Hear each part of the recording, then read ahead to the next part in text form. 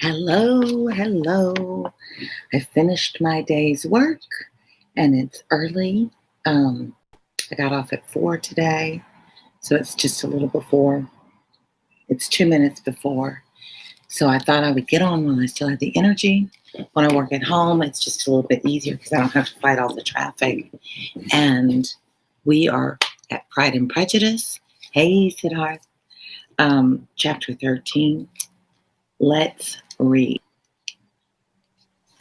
"I hope, my dear," said Mr. Bennet to his wife as they were at breakfast the next morning, "that you have ordered a good dinner today, because I have reason to expect an addition to our family party." "Who do you mean, my dear? I know of nobody that is coming, I'm sure, unless Charlotte Lucas should happen to call in, and I hope my dinners are good enough for her. I do not believe she often sees such at home. The person of whom I speak is a gentleman and a stranger." Ooh, who do you think's coming to dinner? "Hi, Lee Ambrose." Mrs. Bennet's eyes sparkled. "A gentleman and a stranger. It's Mr. Bingley, I'm sure." "Why, Jane, you never dropped a word of this, you sly thing. Well, I'm sure I shall be extremely glad to see Mr. Bingley. But, good Lord, how unlucky. There's not a bit of fish to be got today. Lydia, my love, ring the bell. I must speak to Hill this moment." "It is not Mr. Bingley," said her husband. "It is a person whom I never saw in the whole course of my life. And I'm just letting you know that I'm out here in Louisiana." There's our Discord link, Siddharth. Thank you. "And it is hot as blazes today, muggy. The grass still looks like there's raindrops on it. I've got my ceiling fan going. But you would think in October, we're almost to October 30th, we're almost to November, that it would be cool. But you see, I'm in no sleeves and Louisiana. Those of you who are hunters, fishers, want to camp out and be eaten by mosquitoes, this is the place to be. If you like the North and cold and cool and sweaters and boots and jeans, and this is not the place to be. So I thought it was cooler than this, and I like to be outside, but you might see me get a little dewy here pretty soon because it's hot. Drink our water. So who do you think he's invited? This roused a general astonishment, and he had the pleasure of being eagerly questioned by his wife and 5 daughters at once. After amusing himself for some time with their curiosity, he thus explained: "About a month ago, I received this letter, and about a fortnight ago, 2 weeks, not the game, I answered it, for I thought it a case of some delicacy and requiring early attention. It is from my cousin, Mr. Collins, who, when I am dead, may turn you all out of this house as soon as he pleases." Remember, we talked about that. Hello from Canada. I love Canada. It is not hot and miserable. And Cassie said, "Just finished watching Huckleberry Finn. Can't wait to start their eyes for watching." God, Huckleberry Finn was not my favorite book, but it is one that so many high school students still read. And I can't, the slide is that Farid Rajar. I would love to be in Canada. I'm thinking about wanting to move to Canada if the election goes a certain way. But I don't think Canada is accepting us, Americans. So this situation we talked about briefly, but just to remind y'all that didn't read the early part of the book, I don't know why you would be here if you didn't. The way the law was, the only male heir could inherit in England. It's not like that anymore, but at the time it was. So Mr. Collins is the person who will inherit the home the girls have grown up in, and because he's the next heir, and their father had all these girls and never had a son, so the family will lose the home. Sorry, I read the Kyran Frankenstein. I don't get many readers of Frankenstein. I like teaching it. And I thought more students would read it, but there don't seem to be that many reading Frankenstein. I'd be curious to know how you liked it. So Mr. Collins has come. "Oh, my dear," cried his wife, "I cannot bear to hear that mentioned. Pray do not talk of that odious man. I do think it is the hardest thing in the world that your estate should be entailed away from your own children. and I'm sure if I had been you, I would have tried long ago to do something or other about it. Jane and Elizabeth attempted to explain to her the nature of an entail. They had often attempted it before, but it was a subject on which Mrs. Bennet was beyond the reach of reason, and she continued to rail bitterly against the cruelty of settling an estate away from a family of 5 daughters in favor of a man whom nobody cared anything about. So it's not to her about the law, it's personal. You don't let us have our land. It certainly is a most iniquitous affair, said Mr. Bennet, and nothing can clear Mr. Collins from the guilt of inheriting Longbourn. But if you will listen to his letter, you may perhaps be a little softened by his manner of expressing himself. No, that I am sure I shall not, and I think it is very impertinent of him to write to you at all, and very hypocritical. I hate such false friends. Why could not he keep on quarreling with you as his father did before him? Why, indeed, he does seem to have some filial scruples in that head, as you will hear. And the letter begins. Let's see. Elijah Pierre, I'm not at your school, but you helped me understand some of the books you read. Good. That's my point. A teacher is a teacher to everybody. You don't have to be in my class for me to be your teacher. So I'm glad it helped. Sydney May Brower. Hi from Germany. Oh, I'm going to a German dinner tomorrow night. Some of my dear friends are German. They're here temporarily working with a company in Louisiana. And I was actually their tutor. I was their English tutor. And we just have all become friends. And they found a restaurant that serves German fare on certain nights of the week. So tomorrow is one of them. And they've invited me to join them. So tell me what you think I should eat, Sydney. Elijah, I read And Then There Were None. English class with the novel The Lesson for Dying. Got an A. That's good to know. So Sydney, supposedly all of my ancestors were from southwest Germany. My grandfather's name was Hofmeier. Stoltz was some of the family. And I have the whole list of the names, and I can't remember. I was trying to think if Brower wasn't one of the names, but I can't think right now. I'm blank on what part of Germany. Small town. But that's supposedly where all our family is. Argentina. Oh, Maria, my best friend, grew up in Buenos Aires, and she has sung the praises of Argentina to me. We were friends in college, and she's who I went to see in Atlanta. She ended up marrying a Colombian. She's this little blonde-haired, blue-eyed American, but her parents were working in Argentina. So she went to school there and was completely fluent because she grew up there. And so that's what her work is now. She's a translator. And nobody when Spanish, she says she's lost her Argentinian accent because she married a Colombian. So she has a Colombian accent now. But good words about Argentina. So thank you from the hello. I appreciate it. Oh, we're really active tonight, this evening. So let's hear the letter. It's from Hunsford near Westham in Kent, the 15th of October. So we're into not very far from where we are today. That's nice alignment. Dear Sir, the disagreement subsisting between yourself and my late honored father always gave me much uneasiness, and since I've had the misfortune to lose him, I have frequently wished to heal the breach, but for some time I was kept back by my own doubts, fearing lest it might seem disrespectful to his memory for me to go on good terms with anyone with whom it had always pleased him to be at variance. So we've got these two brothers, Mr. Bennet and the father of the Collins, and I don't know, maybe the Bennet had the mother, maybe the mother of Mr. Collins was the blood relative, but they fought along. They fought all along. And so he says, my dad's dead. I want to reach out to you because I don't really have a problem with you, but then I feel guilty because I'm not backing up my dad and his grievance against you.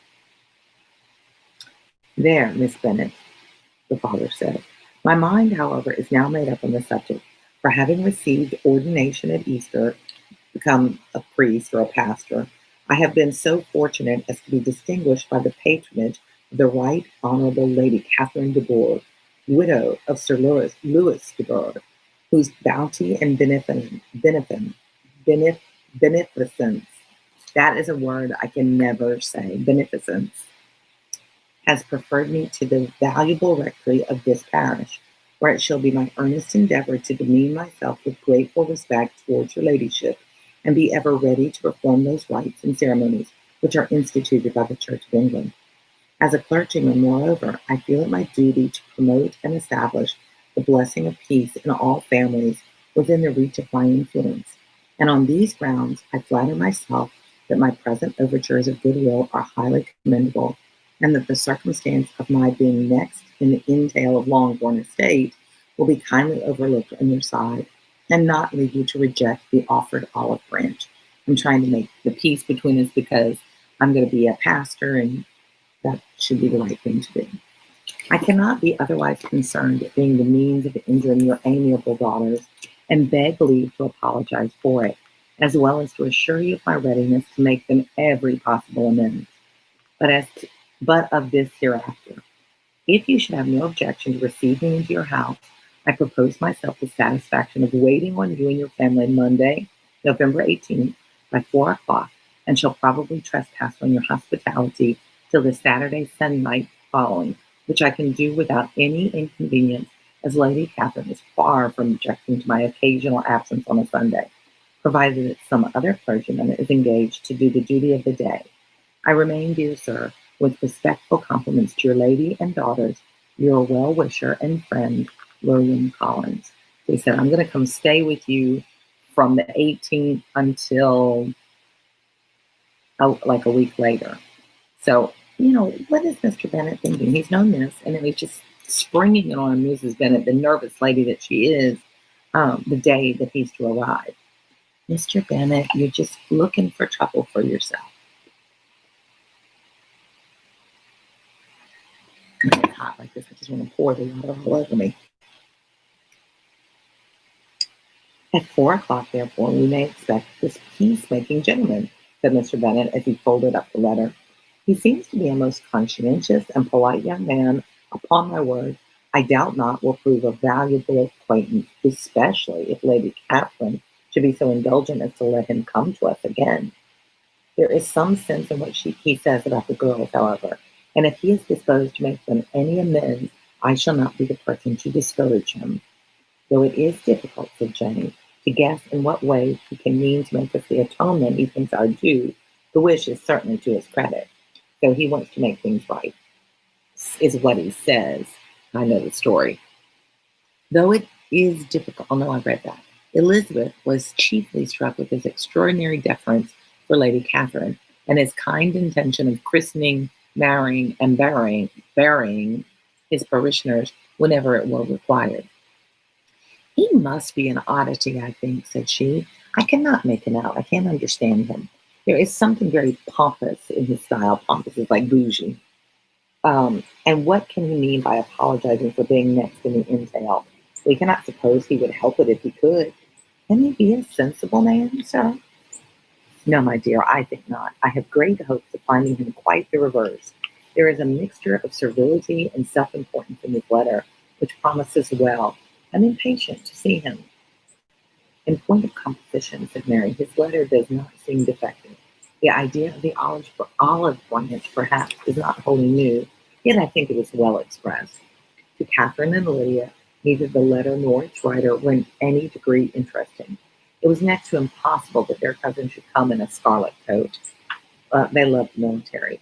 And it was now some weeks since they had received pleasure from the society of a man in any other color. As for their mother, Mr. Collins' letter had done away with much of her ill will, and she was preparing to see him with a degree of composure which astonished her husband and daughters. Mr. Collins was punctual to his time, and was received with great politeness by the whole family. Mr. Bennet indeed said little, but the ladies were ready enough to talk, and Mr. Collins seemed neither in need of encouragement nor inclined to be silent himself. He was a tall, heavy-looking young man of 25. His air was grave and stately, and his manners were very formal. He had not long been seated before he complimented Mrs. Bennet on having so fine a family of daughters, and said he had heard much of their beauty, but that in this instance fame had fallen short of the truth, and added that he did not doubt her seeing them all in due time, well disposed of and married. So they're all such attractive girls. I'm sure they'll all find husbands. I always just come back to that the only thing the woman needs is to, man, I can't see y'all. Annette Acosta, thank you for loving my videos. I bet I love you too. Ella Graham, even Mary. Jane is the oldest. Mary, which one is Mary? Did I lose track of what we were talking about, Ella? I'm sorry. But yeah, it's always about, oh, don't restart my computer in 52 seconds. No, later. Remind me. Oh, that was close. Oh, yeah. Yeah, there's one you're right. Good memory, Ella. There's one that's not supposed to be that attractive. She's very accomplished. But, I mean, what are you going to do? Say you've got 4 beautiful daughters. See that one, I heard she's good at the piano. I mean, he's got to say they're all beautiful. But my point is, the beauty is what's going to marry them off. And that just makes me crazy. I mean, the whole feminist in me. But I still loved these books when I was young. I don't know. I can't figure that one out. Ella, very good memory. I have a terrible time remembering characters. I have a terrible time remembering names of people in real life, so I'm really gone on books. So where did we leave off? Beautiful girls. But in this instance, Fame had added, the gallantry was not much to the taste of some of his hearers, but Mrs. Bennet, who quarreled with no compliments, answered most readily. You are very kind, sir, I'm sure, and I wish with all my heart it may prove so, for else they will be destitute enough. Things are settled so oddly. You allude perhaps to the entail of this estate. Ah, sir, I do indeed. It is a grievous affair to my poor girls, you must confess. Not that I mean to find fault with you, for such things I know are all chance in this world. There is no knowing how estates will go when once they come to be entailed. I'm very sensible, madam, of the hardship to my fair cousin, and could say much on the subject, but that I'm cautious of being forward and precipitate. But I can assure the young ladies that I come prepared to admire them. At present, I will not say more, but perhaps when we are better acquainted. He was interrupted by a summons to dinner. Can you imagine living in a house where somebody's got dinner cooked and they just say, dinner, let's all come to the dinner table. Of course, in most homes, that's the mother. And then I can't ever get I could not, they're all grown now, but I couldn't get them to come. It's so frustrating. The hall, the dining room, and all its furniture were examined and praised, and his commendation of everything would have touched Mrs. Bennet's heart, but for the mortifying supposition of his viewing it all as his own property. The dinner, too, in its turn, was highly admired, and he begged to know which of his fair cousins the excellence of its cooking was owing. But here he set right from Mrs. Bennet, who assured him with some asperity that they were very well able to keep a good cook, and that her daughters had nothing to do in the kitchen, which was kind of low class if they had to do kitchen work. He begged pardon for having displeased her. In a softened tone, she declared herself not at all offended, but he continued to apologize for a quarter of an hour. And Farid says, Frankenstein is really nice, although the language is a bit challenging. I agree. That's like this too. So there we are at 18 minutes in. Can you see the sun just blinds me? So let me have a drink of water, and then we'll keep reading. What do you think about Mr. Collins so far?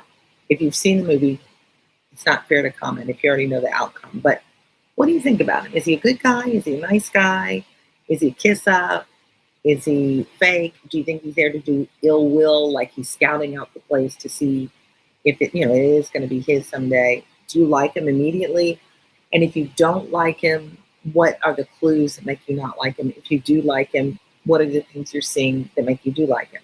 That's how the author, they give us this characterization. They drop things in for us to start to get a feeling for the character.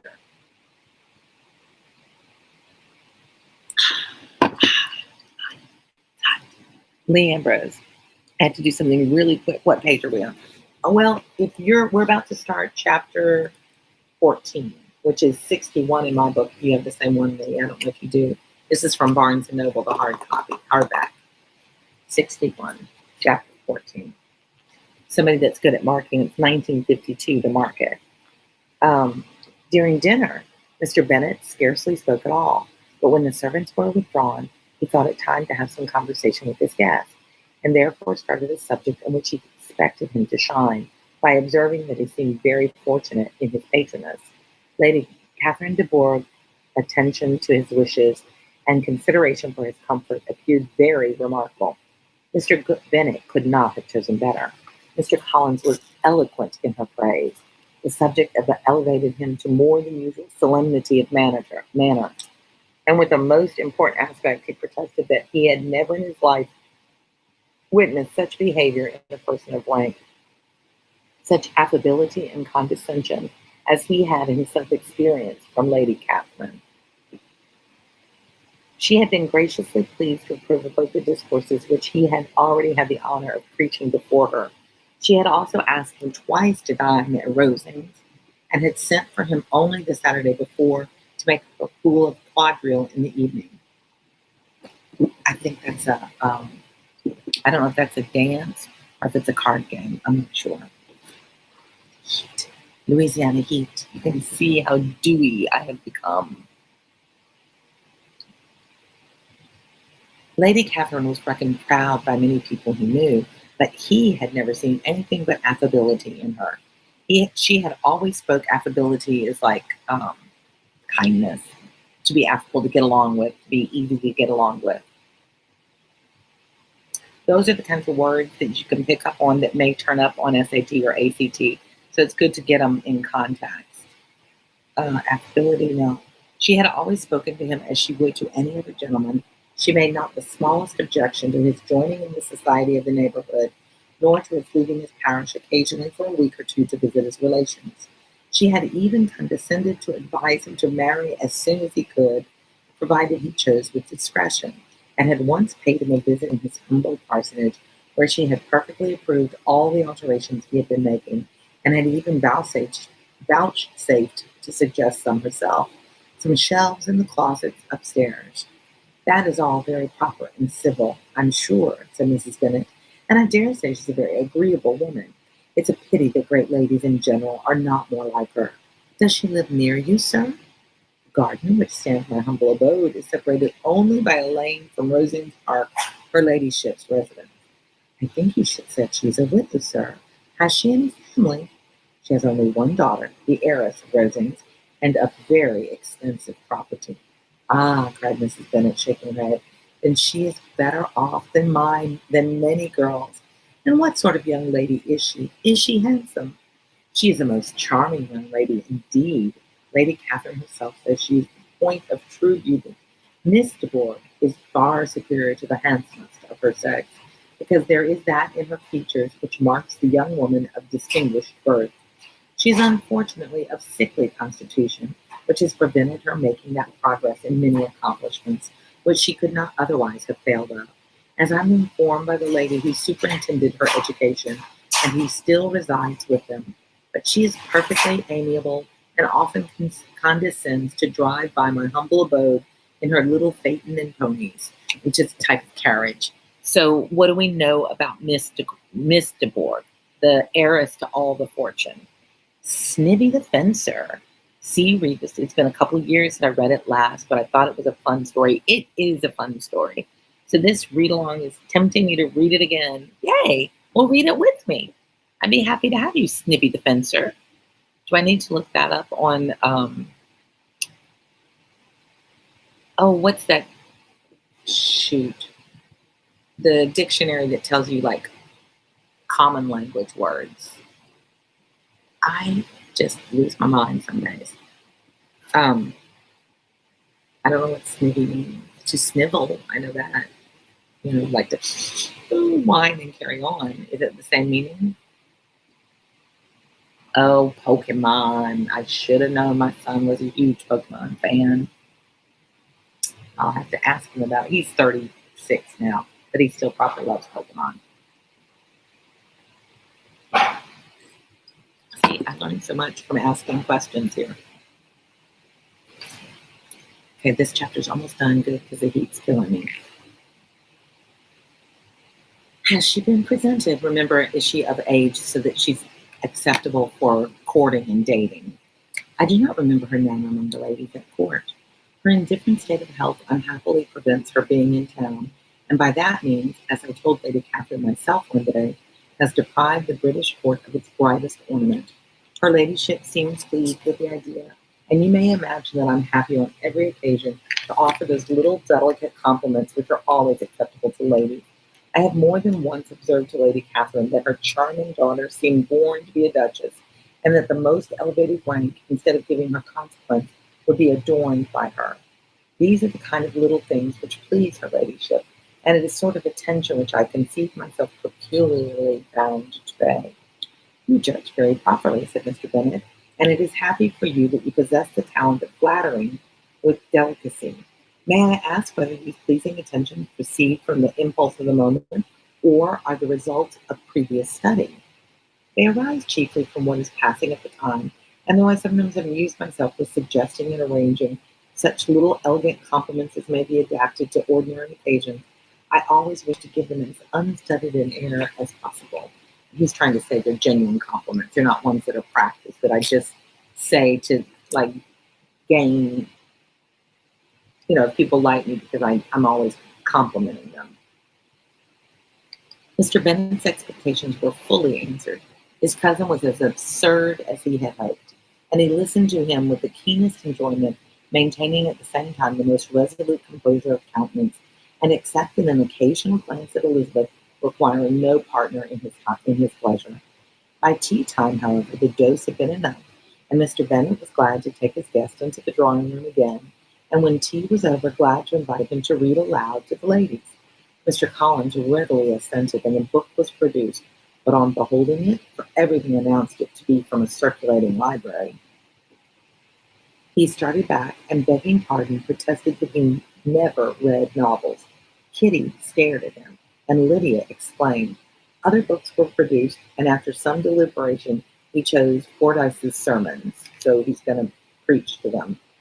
Lydia gaped as he opened the volume, and before he had with very monotonous solemnity read 3 pages, she interrupted him with, "He reads like this, very seriously and slowly and boringly." So Lydia said, "Do you know, Mama, that my Uncle Phillips talks of turning away Richard, and if he does, Colonel Forrest will hire him. My aunt told me so herself on Saturday. I shall walk to Meryton tomorrow to hear more about it, and to ask when Mr. Denny comes back from town." Lydia was bid by her 2 eldest sisters to hold her tongue, but Mr. Collins, much offended, laid aside his book and said, "I have often observed how little young ladies are interested by books of a serious stamp. They're written solely for their benefit. It amazes me, I confess, for certainly there can be nothing so advantageous to them as instruction. But I will no longer importune my young cousin. Put her out." Then turning to Mr. Bennet, he offered himself as his antagonist at backgammon. You guys know the game backgammon. Mr. Bennet accepted the challenge, observing that he acted very wisely in leaving the girls to their own trifling amusements. Mrs. Bennet and her daughters apologized most civilly for Lydia's interruption, and promised that it should not occur again if he would resume his book. But Mr. Collins, after assuring them that he bore his young cousin no ill will, and should never resent her behavior as any affront, seated himself at another table with Mr. Bennet and prepared for backgammon. And that leaves us at chapter 15. 28 minutes in, perfect length. 2 chapters is what I'm trying to get each time. So we're getting super close to 10,000 subscribers. I cannot see where to flip because the sun is, you can see, it's just right there blinding me. I'm getting a savage tan. So 10,000 subscribers. What will be the next goal? Should it just be 11 or should it be 20? And will we get there? And who knows? I'm excited that I've gotten this far. I love getting, I get regular texts and emails from readers that let me know how this has helped them. Makes me super happy. I'm going to just talk to you with my eyes closed because the sun is just scouring me. Come to Discord where we have good chats, although we didn't talk too much the last 2 days. I'm off tomorrow. I'm going to the doctor tomorrow. I think my granddaughter's coming over in the afternoon. So I don't know if I'll read, but I hope to read. And then it's the weekend. I should have time to read. I really want to give us, because October's almost over, Sidbarth. And then Victober is over, and I only got one book done. I was afraid of that. I hope you guys read faster than I do. So if you haven't subscribed already, do that for me. And tell your friends, tell your family, have a family read along night. That would be fun, right? Don't you love to sit around with your parents and read books? I know that's what all teenagers do these days. Keep reading, keep doing great in school. Let me know how y'all are doing. And I will read to you next time. You're welcome, Lee Ambrose. See ya.